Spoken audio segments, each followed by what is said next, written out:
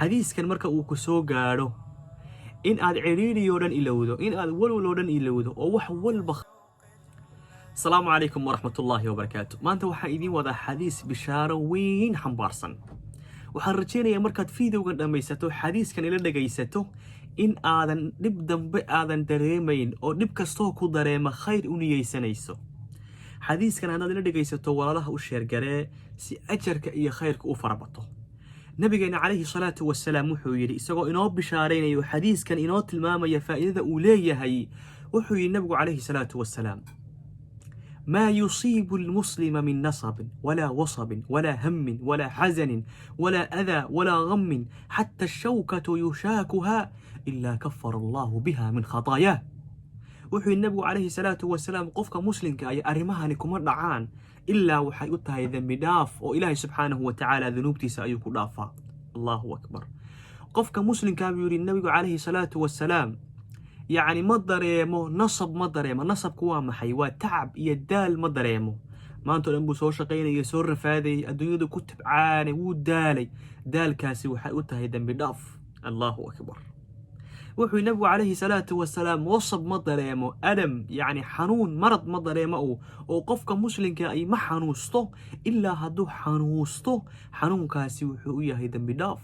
Allahu akbar.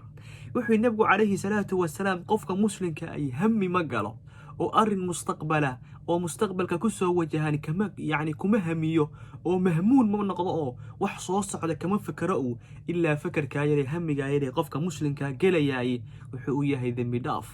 Allahu akbar. wuxuu nabigu calayhi salaatu wasalaam qofka muslimka ay يعني ما مروجودو أو أرين كم يعني حزني ما دري ما أرين لا صورة في كم مروجودو إلا وحقت هذا مداف. الله أكبر.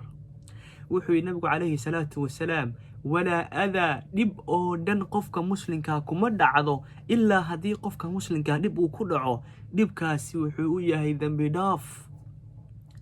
وحي النبي عليه الصلاة والسلام قفك مسلم كاي حتى غمي كم دعو غمي وامحي وحوي ومروجدا إيو حزني iyo hamigi way ka xeel dhaartay oo qamigu waxa weey qofka muslimka arin baa soo haleelaya arinkaas oo culaysa ida uu ku dareemo illa uu qamigiisi iyo maskaxdiisa uu ka cuslaado arinka qofka muslimka ku dhacay isagana waxay u tahay dambi dhaaf. wuxuu nabigu calayhi salaatu wasalaam hatta qodaxda yar ee qofka muslimka mudaysa marka uu wadada marayo ama meel ku muda waxa yar ee ku muda ee qodax ama wuxuu doono ahaade ee ku muda wuxuu ku yahay dambi dhaaf. dib yar qofka muslimka ay ma haleesho ilaa waxay u tahay dambi dhaaf oo dunuubtiisii saqaa'irta ahayd baa laga dhaafaya.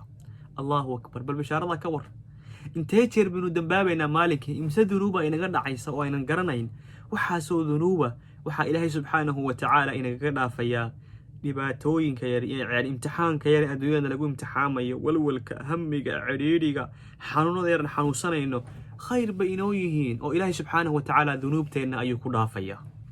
waxaan rajeynayaa walaalkayga muslimka ama walaashayda muslimada ay xadiiskan marka uu ku soo gaaro in aad ciriiri oo dhan ilowdo in aad walwal oo dhan ilowdo oo wax walba khayr aad u niyeysato walaalaha gaarsii si ajarka u farabato. ilaahay subhanahu wa ta'ala haydi barakeeyo.